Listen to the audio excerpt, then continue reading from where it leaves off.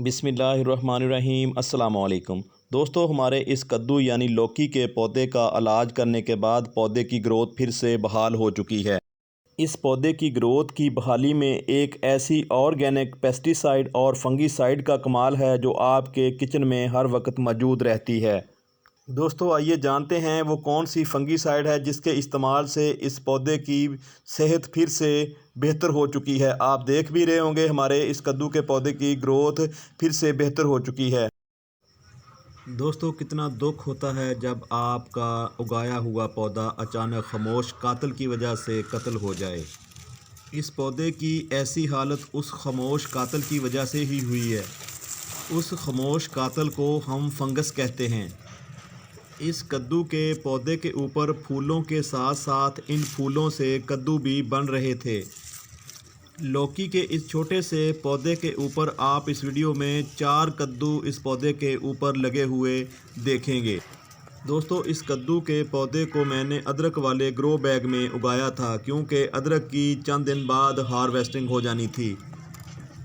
मैंने गमले के दरमियान में कद्दू का बीज लगा दिया था। मेरे पास कद्दू का एक ही बीज मौजूद था जो अल्हम्दुलिल्लाह ग्रो भी हो गया था। दोस्तों, सबसे पहले आपने ऐसा काम करना है, अगर आपके कद्दू के पौधे की टहनी की हालत कुछ इस पौधे की तरह हो जाए तो आपने कैंची की मदद से वो तमाम पत्ते और बीमार टहनी को पौधे से अलग कर देना ताकि बीमारी सेहतमंद ब्रांचों की तरफ मुंतकिल ना हो सके। आपने तमाम के तमाम बीमार पत्ते और टहनियों को पौधे से अलग कर देना है। ये काम करने के बाद आपने पौधे की जो मिट्टी है इसको नरम कर देना है ताकि पौधे की जड़ों तक ऑक्सीजन बआसानी पहुंच सके। ऐसा करने से पौधे का सांस नहीं घुटेगा। दोस्तों, बीमार ब्रांच को काटने के बाद आप देख रहे हैं हमारे इस कद्दू के पौधे की ग्रोथ फिर से शुरू हो चुकी है, जो बहुत ही अच्छी बात है। इससे पहले आप देख चुके हैं कि हमारे इस पौधे की ग्रोथ किस तरह मुतासर हुई थी। हमारे इस पौधे की जो ग्रोथ थी वो यहाँ से बिल्कुल रुक चुकी थी। यहाँ से ये पौधा बीमार हो चुका था तो हमें इस ब्रांच को यहाँ से रिमूव करना पड़ा था। तो आपने इससे पहले हमारे इस कद्दू के पौधे के ऊपर कद्दू लगे हुए भी देखे थे। 3 से 4 कद्दू छोटी सी बेल के ऊपर मौजूद थे। हमारे इस कद्दू के पौधे को हमारी और केयर की ज़रूरत पड़ेगी। इस पौधे को अच्छी खुराक की ज़रूरत होगी। अच्छी खुराक के साथ साथ इसको ऐसे फंगिसाइड की भी ज़रूरत होगी जो पौधे की सेहत को बरकरार रखे। इसकी खुराक में दोस्तों हम शामिल करने वाले हैं वर्मी कंपोस्ट। इस पौधे के ऊपर हम फंगिसाइड की सूरत में हल्दी को इस्तेमाल करने वाले हैं जो हमारे पौधे की जड़ों में फंगस पैदा नहीं होने देगा और ना ही दोस्तों इसकी जो ब्रांच है इसके ऊपर फंगस लगने देगा। जितनी भी वेल वाली सब्ज़ियां होती हैं, बेल वाले प्लांट होते हैं, ये फंगस से ही ज़्यादा मुतासर होते हैं क्योंकि ये बहुत ही नरम होते हैं, सॉफ्ट होते हैं, तो इनको फंगस बहुत ही आसानी से घेर लेती है। तो आइए दोस्तों, हम अपने इस पौधे को खाद देते हैं। खाद आपने किस तरह देनी है उसका भी एक तरीक़ाकार होता है। आपने ये जो मेन ब्रांच होती है इसके करीबी एरिया में खाद नहीं डालनी। आपने ये जो साइडों वाली मिट्टी है उसको यहाँ से खरीद के आपने इस पौधे के करीब कर लेना है। तो यहाँ से बिल्कुल जो एरिया है, साइड वाला एरिया है, इसको खाली कर लेना है। मिट्टी को एक साइड पे करते जाएं या किसी दूसरे बर्तन में मुंतकिल कर दें। तो आप इस तरह मिट्टी का एक ढेर सा बना लें। इस पौधे की जो फीडर रूट होती हैं वो यहीं से ग्रोथ करेंगी इस एरिया में। ये जो मेन ब्रांच होती है इसके करीब जो जड़ें होती हैं वो ज़्यादा मोटी होती हैं। उनका काम सिर्फ़ और सिर्फ पौधे को मज़बूत रखना होता है, पौधे को सहारा देना होता है।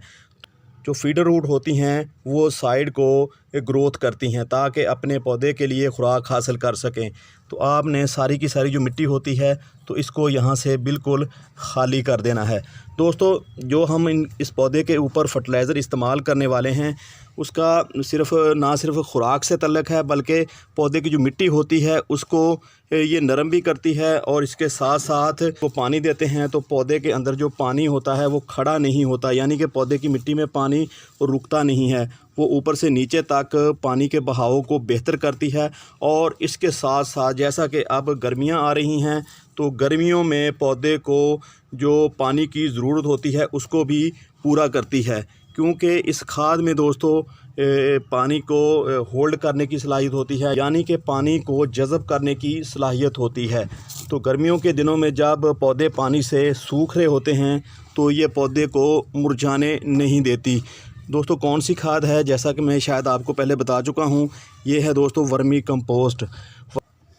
दोस्तों जितना भी हो सके आपने साइडों वाले एरिया को मिट्टी से खाली कर देना है। ये जो आपको काली काली सी खाद नज़र आ रही है, असल में दरअसल ये दोस्तों इसको कहा जाता है ब्लैक गोल्ड, यानी कि काला सोना। वाकया ही ये काला सोना है। पौधे को किसी किस्म का ये खाद नुकसान नहीं पहुंचाती। आपने कुछ इस तरह अपने पौधे के गमले के साइज़ के मुताबिक खाद को देना है। तो अब ये जो मिट्टी मौजूद है, आपने इसी मिट्टी को फिर से उस जगह पे डाल देना है, यहाँ से आपने इसको इकट्ठा किया था इस तरह। तो अब जो आपने पानी देना है पौधे को, इसमें आपने हल्दी लाजमी मिलानी है। पौधे की जड़ों में जो फंगस लग जाती है, इसकी रोकथाम में बहुत ही ज़्यादा कारगर होती है। 1 चम्मच हल्दी लें, पानी में डालें, पानी में अच्छी तरह मिक्स करें। इसके बाद इस पानी को अपने पौधों की जड़ों में देखें, फिर देखें इस हल्दी का कमाल। आपके जो पौधों के अंदर लगने वाली तमाम बीमारियां हैं वो ख़त्म हो जाएंगी। अच्छी तरह इस हल्दी को पानी में मिक्स कर लें।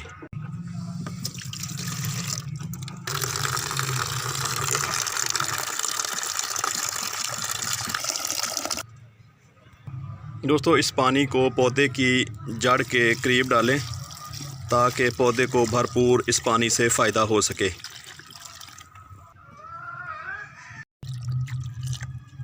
तो दोस्तों आप अपने बीमार पौधों का इलाज कुछ इस तरह कर सकते हैं। मिलते हैं अगली अपडेट के साथ। इंशाल्लाह आपको दिखाएंगे कि हमारे इन पौधों के ऊपर फिर से ग्रोथ तेज़ हुई है या नहीं। इंशाल्लाह मुझे उम्मीद है कि चंद दिन के अंदर इस पौधे के ऊपर ना सिर्फ फूल आएंगे, फूलों से नए कद्दू भी बनेंगे।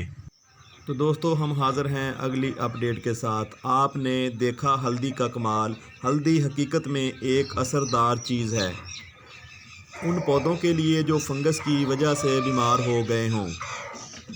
जैसे हमारा लौकी का पौधा फंगस की वजह से सूख गया था, बल्कि काफ़ी लागर भी हो चुका था, यानी कमज़ोर हो चुका था। अल्लाह के फ़ज़ल से इस पौधे के ऊपर फिर से फूल आना शुरू हो चुके हैं। अकेली फंगस ऐसी बीमारी नहीं जो पौधों को मुतासर करती है, बल्कि किचन गार्डनिंग में हर वक्त अपने पौधों पर नज़र बनाए रखनी होती है। आने वाले चंद दिनों के अंदर आपके पौधे कई सारे कीड़ों का शिकार हो सकते हैं, जिनमें सब्ज़ तेला और काला तेला भी है। दोस्तों जैसे ही सरसों की कटाई शुरू होती है, सब्ज़ तेले के साथ साथ बहुत सारे दूसरे कीड़े मकोड़े घरों का रुख करते हैं। क्योंकि इन कीड़ों को छुपने की जगह नहीं मिलती, तो फिर ये कीड़े शेल्टर की तलाश में या तो घरों का रुख करते हैं या फिर दूसरी फसलों में पनाह तलाश करते हैं। इनकी तादाद ज़्यादा होने की वजह से थोड़े टाइम में आपके पौधों का रस चूस लेते हैं। इसलिए आप अपने गार्डन में लगे हुए पौधों के ऊपर पूरी तवज्जो रखें। तो दोस्तों ये थी आज की वीडियो। उम्मीद करता हूँ आपको आज की वीडियो लाजमी पसंद आई होगी। पसंद आई है तो इसको लाइक करते जाइए।